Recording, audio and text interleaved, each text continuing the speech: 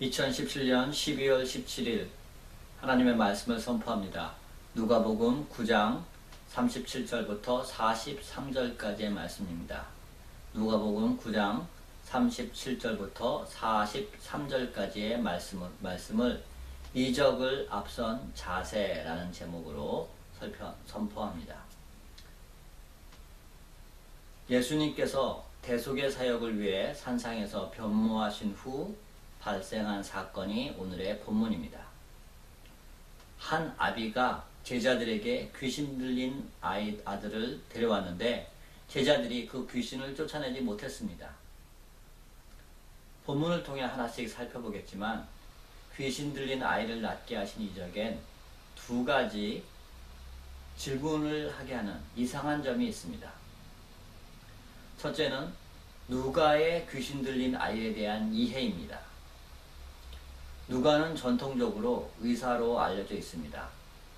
누가가 기록한 누가복음, 사도행전엔 의사 출신답게 상세하고 논리적이며 세련된 문체로 누가복음과 사도행전이 기록되어 있습니다. 특히 질병의 묘사에 있어서는 의사 누가의 식견이 여러모로 드러납니다. 그런데 오늘 본문의 귀신 들린 아이에 대한 기록은 누가답지 않습니다. 의사답지 않습니다.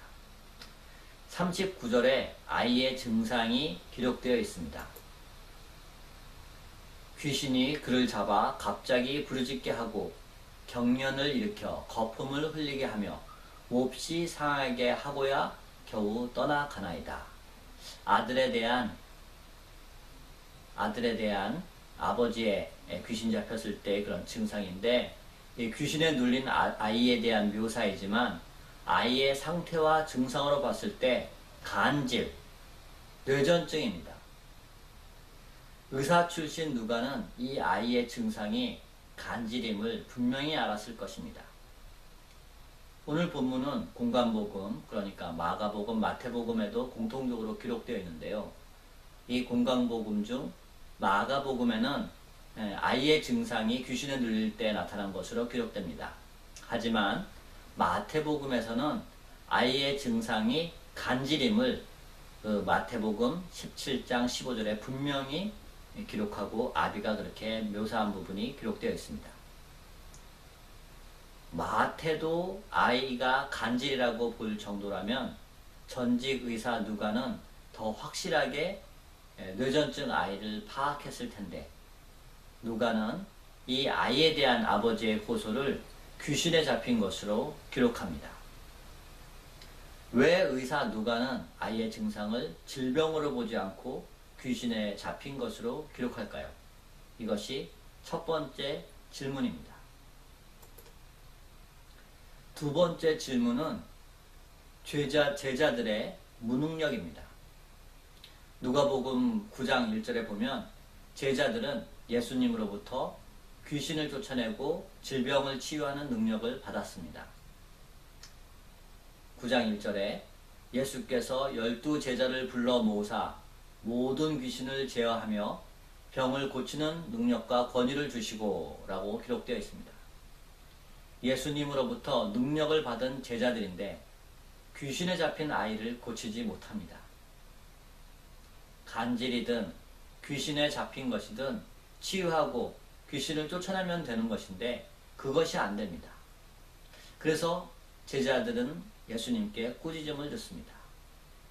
왜 귀신을 쫓아내지 못했을까요? 왜 질병을 고치지 못했을까요? 왜 예수님께서 주신 능력이 제자들에게 나타나지 않았을까요? 물론 예수님께 질책을 들을 정도로 제자들의 부족함이 있었지만 그래도 분명히 예수님께서 능력을 제자들에게 주셨는데 왜 이적이 나타나지 않았을까요? 이 두 가지 질문을 오늘 본문을 살펴보며 해답을 찾겠습니다. 그리고 그 해답을 통해 저희에게 주시는 영적 교훈을 오늘 질문들을 통해서 본문을 통해서 살펴봅니다. 예수님께서 변모하신 산상에서 베드로, 야고보, 요한과 함께 예수님께서 하산하십니다. 산에서 내려오신 다음 날에 벌어진 일이 오늘의 본문입니다. 37절과 38절입니다. 이튿날 산에서 내려오시니 큰 무리가 맞을세 무리 중에 한 사람이 소리질러 이르되 선생님 청컨대 내 아들을 돌보아 주옵소서 이는 내 외아들이니이다. 하나밖에 없는 아들의 문제로 한 아버지가 예수님께 간절히 호소합니다. 누가복음엔 외아들이라는 헬라어 단어가 3번 나옵니다. 그런데 오늘 본문은 이 3번 나오는 누가복음의 표현 중에서 3번째 기록에 기록된 부분입니다. 요한복음에서는 이 외아들이 하나님의 성육신을 드러내기 위해 사용됐지만 누가복음에서는 생물적인 외아들을 표현하기 위해 사용됩니다. 예수님께 나온 아버지가 내 외아들입니다 라고 호소한 것은 그만큼 아들이 귀하고 예수님께 고침받기를 원하는 간절함의 표현입니다. 잠시 외아들이라는 표현, 독생자 예수님을 이 본문에 연결하여 살펴봅니다. 병들고 악한 영에 사로잡혀 고통받는 외아들도 아비가 안타까워하고 사랑하거든 하나님의 아들 독생자 예수님은 하나님 아버지께서 얼마나 사랑하고 귀하게 여기셨겠는가입니다. 부족한 외아들도 아비가 사랑하지만 자랑스럽고 훌륭한 외아들은 아버지의 자랑이요 기쁨이요 지극한 한없는 사랑의 대상입니다.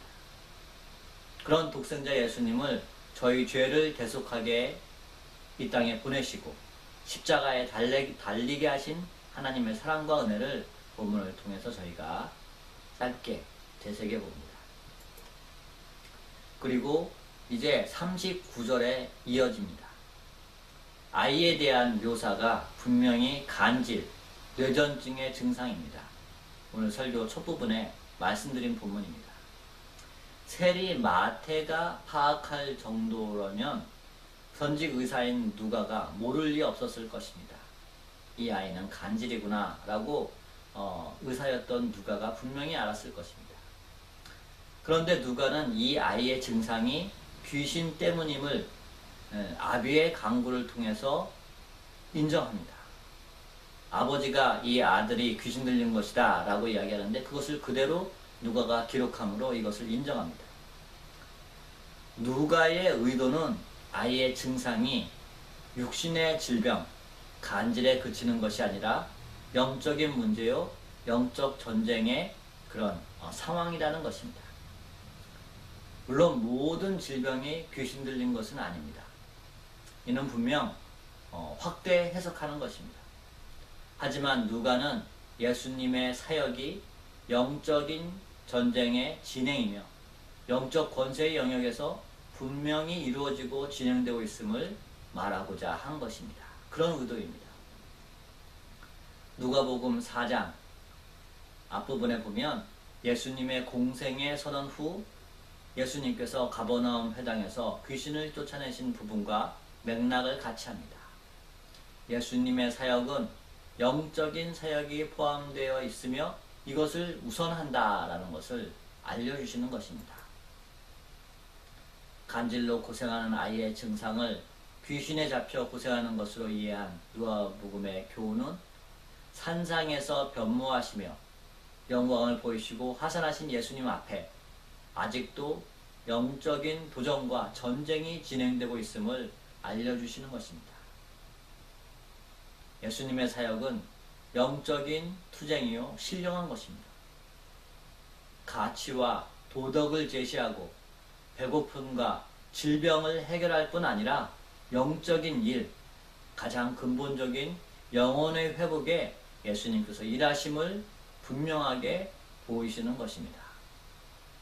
이를 기억하며 저희도 영적인 승리, 하나님의 뜻이 이루어지고 하나님의 나라가 이 땅에 임하는 영적인 일에 관여되어 있음을 인정해야 합니다. 저희가 믿는 것은 영적인 일이 포함되어 있다는 것을 분명히 인정해야 합니다. 신앙인들의 과제는 도덕적으로 성숙하고 높은 도덕적인 기준을 가지는 것뿐만이 아니라 신앙인들의 과제는 사회의 악과 복지의 모든 일을 이루는 것뿐만이 아니라 더 큰 어떤 것이 있습니다. 신앙인들의 일은 영적인 도전을 받고 영적으로 승리해야 하며 영혼의 위로와 평안을 선포하고 누려야 하는 자들임을 기억할 일입니다.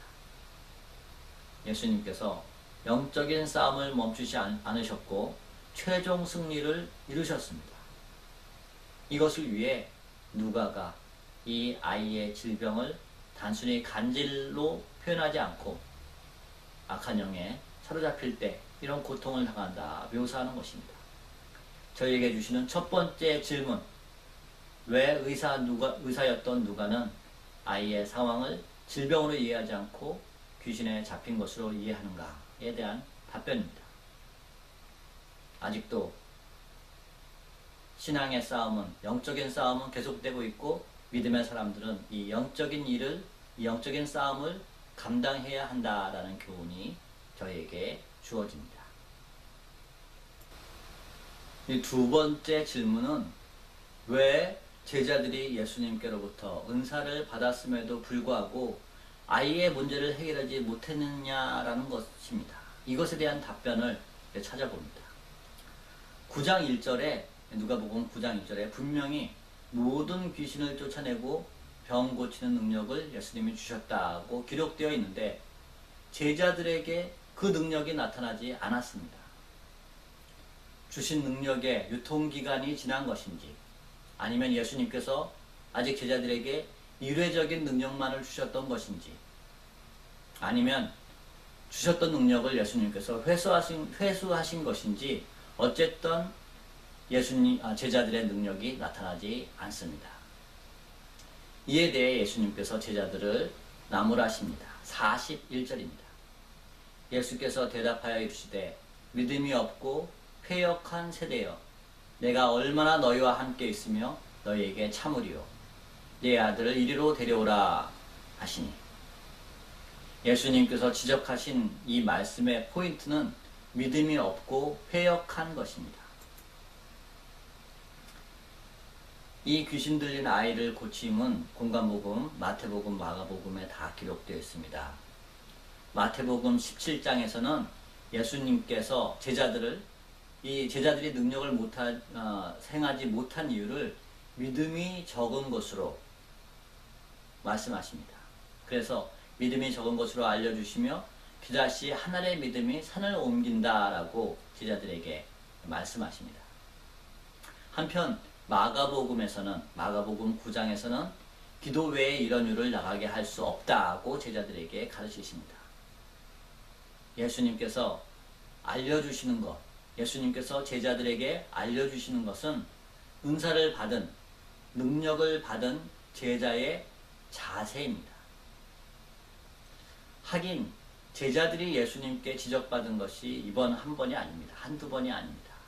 풍랑을 만나서 겁먹었을 때, 예수님의 비유를 알아듣지 못할 때, 무리에 먹을 것이 없어서 걱정할 때, 무화과 나무가 예수님 말씀대로 뿌리부터 마른 것을 신기하게 여겼을 때, 아이들이 예수님께 나와 축복받는 것을 못하게 했을 때 등등 매번 예수님께 지적을 받고 그것을 고치고 혼난다고 해야 할까요? 그런 지도가 필요했던 제자들입니다. 아이의 귀신을 쫓아주시며 예수님은 제자들에게 뭔가를 가르치십니다. 이것은 능력받은 제자의 자세를 가르치시고 있는 것입니다.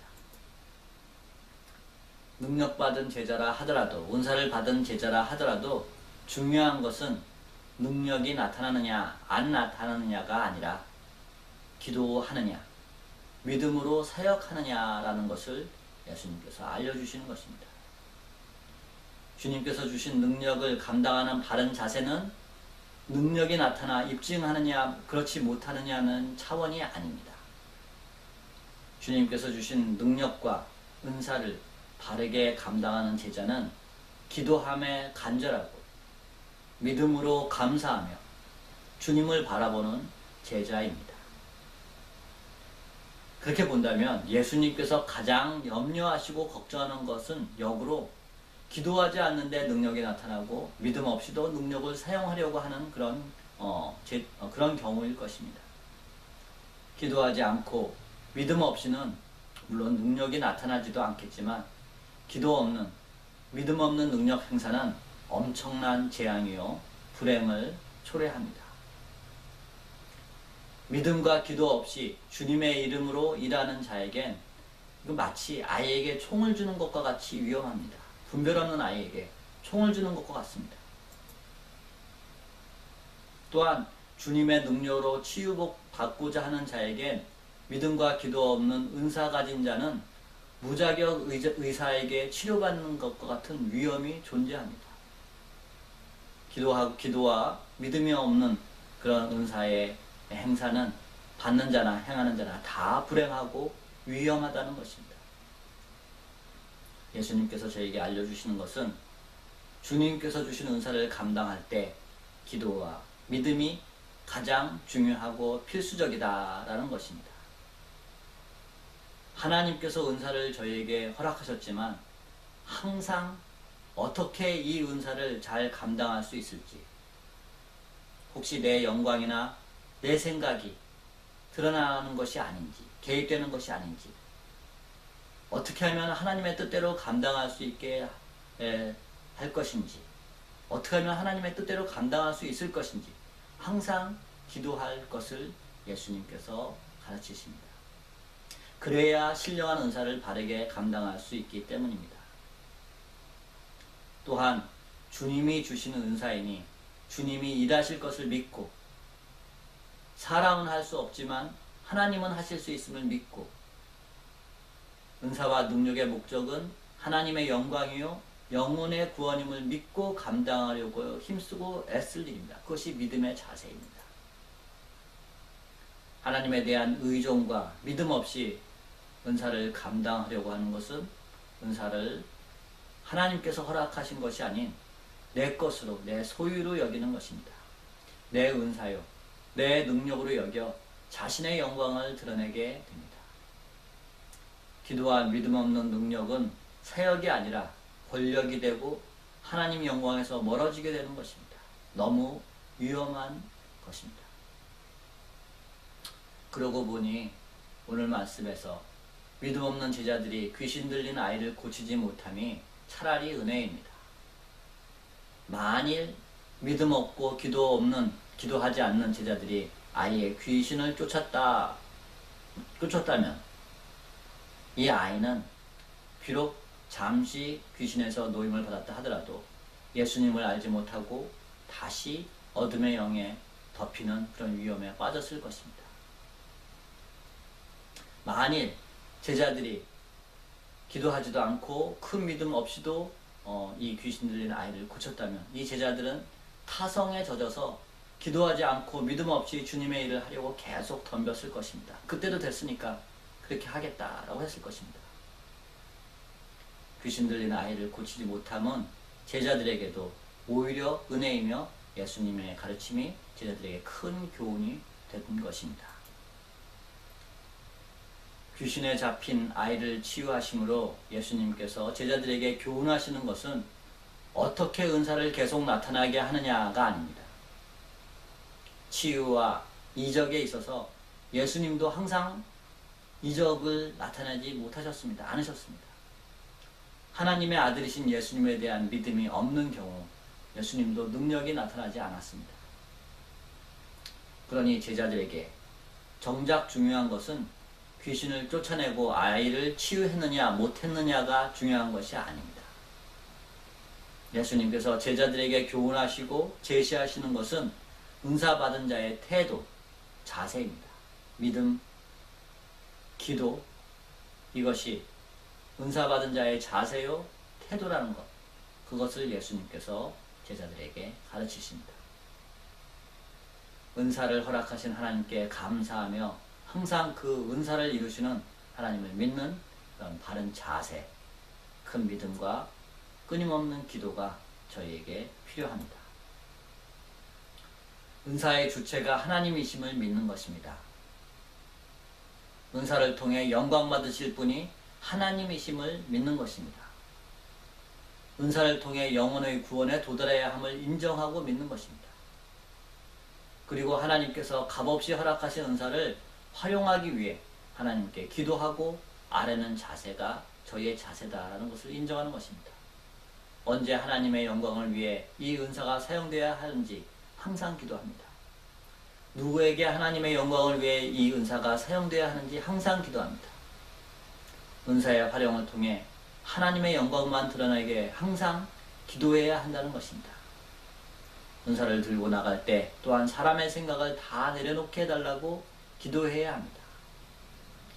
은사 활용의 모든 진행 과정과 상황을 하나님께서 주관하시길 끊임없이 기도해야 한다는 것입니다.